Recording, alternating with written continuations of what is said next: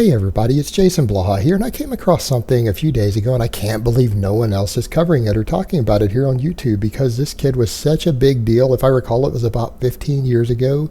This kid named Richard Sandrak, he was also called Little Hercules. He got featured in all these magazines, was on TV and everything else for being this jacked and ripped little kid, to the point where people were accusing his father of forcing him into it, even though his father claimed, no, he really enjoys doing it. It's his choice, and his parents were both in really good shape with deep abs and everything.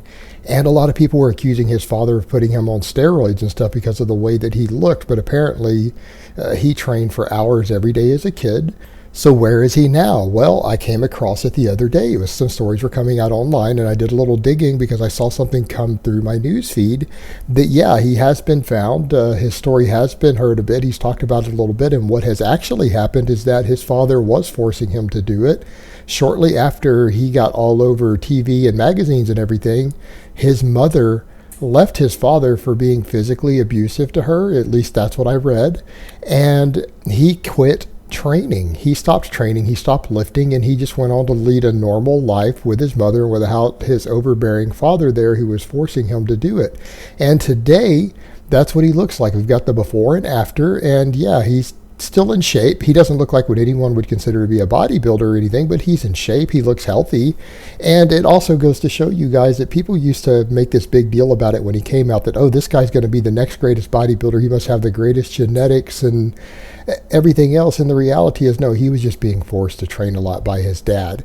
And he didn't go on to get into bodybuilding or anything like that. He went ahead and went on and just lived a normal life. And again, he doesn't really work out or lift weights anymore, but he at least seems to be active and in shape.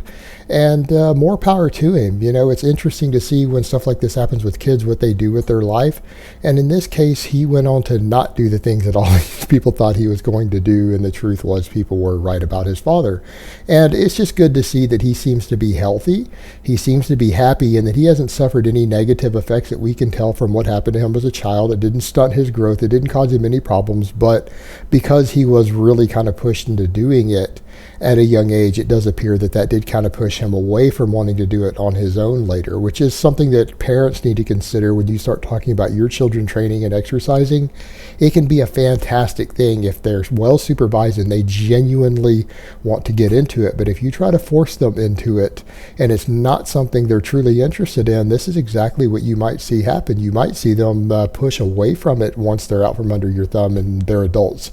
So that's kind of a warning to parents. Don't be overbearing with this stuff. Let your children gravitate to these things on their own, and if they express an interest in a sport or in working out or getting in shape, be willing to nurture that in them, but don't be forceful about it, because the worst thing you could do is to push your children away from physical fitness when we have so many problems with obesity and bad health in this society.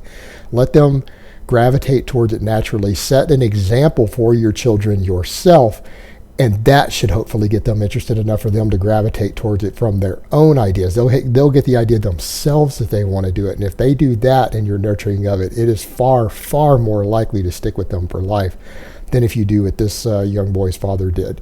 Because it clearly didn't get the desired result that he wanted either.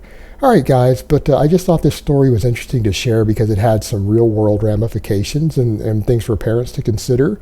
And it's just kind of interesting to see what happened to this kid, because he was quite a big deal many, many years ago, and I recall that.